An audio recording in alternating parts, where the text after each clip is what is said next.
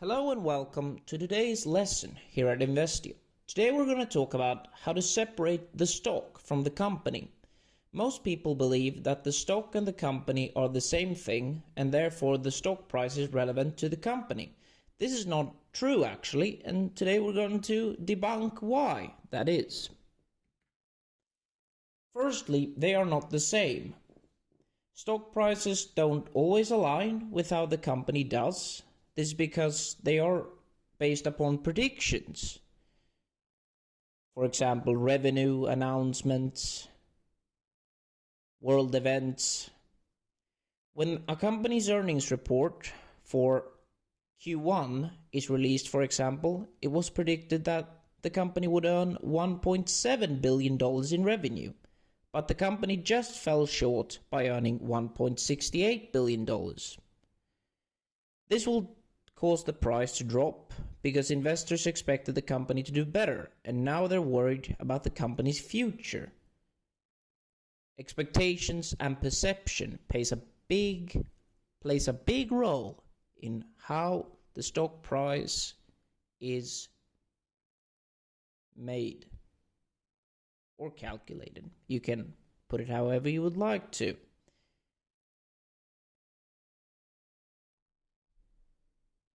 The same goes for announcements. If Ford announces it bought the Bugatti division of Volkswagen as a hypothetical, the share price of Ford would go through the roof, obviously.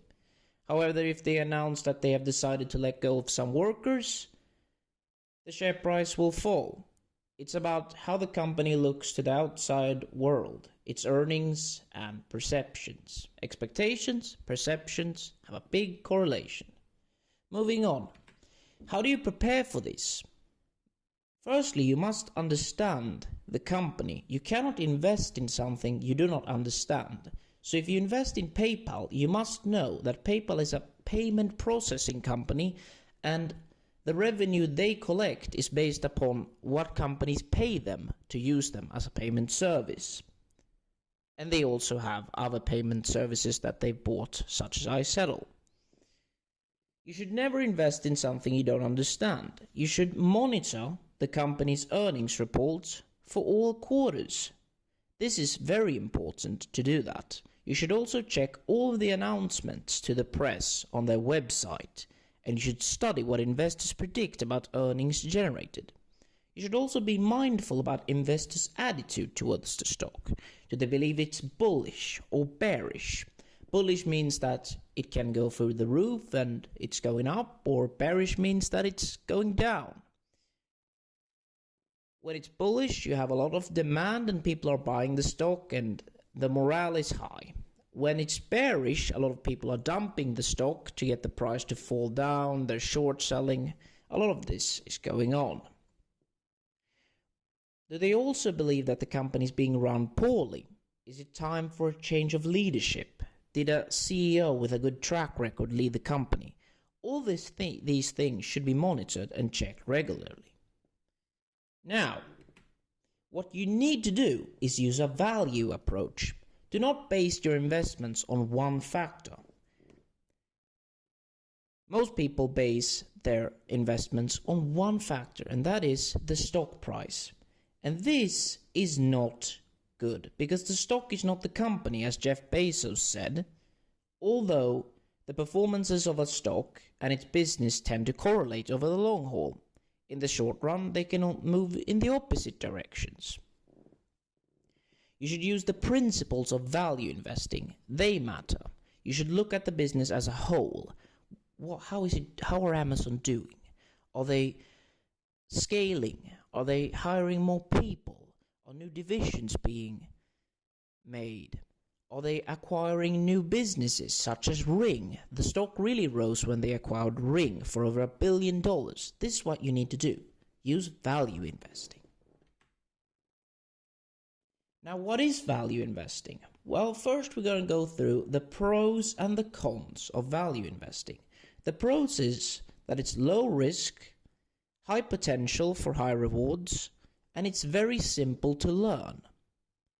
Now, when it comes to the cons, valuable companies are often hidden. Therefore, it requires much in-depth research, and unless you can really know what you're looking for, then it's going to be hard. But don't worry, in a future lesson I'm going to teach you exactly how to identify companies and study the stock charts. And another con is patience is key. When it comes to investing, I've already told you this in the previous lesson. Patience is one of the most important things when it comes to investing. Money is attracted to patient people, as Warren Buffett said. Now, value investing can be explained in simple terms as paying less than the fair value of a stock to earn good returns when the stock gets back to its normal or fair value. This concept was first introduced by Benjamin Graham. It involves finding those stocks or companies that are believed to be undervalued or available at a discounted rates. This is based on the various financial parameters.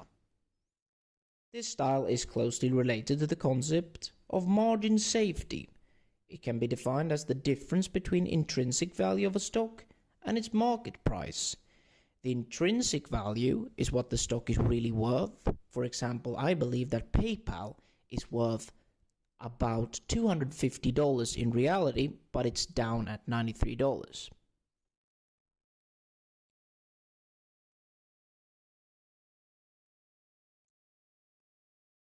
It protects the investor from errors involved in judgment of fair value. It also provides a good return opportunity and minimizes the risk. Value investing can provide good profits once the market inevitably re-evaluates the stock and raises its price to the fair value. Now, this was the end of today's lesson, and next lesson we're going to talk about how to analyze stocks, what specifically to look for. There are 3 things that I want you to look at. But thank you for attending this lesson, and hopefully you have a better understanding of what separates a stock from the company. Thank you.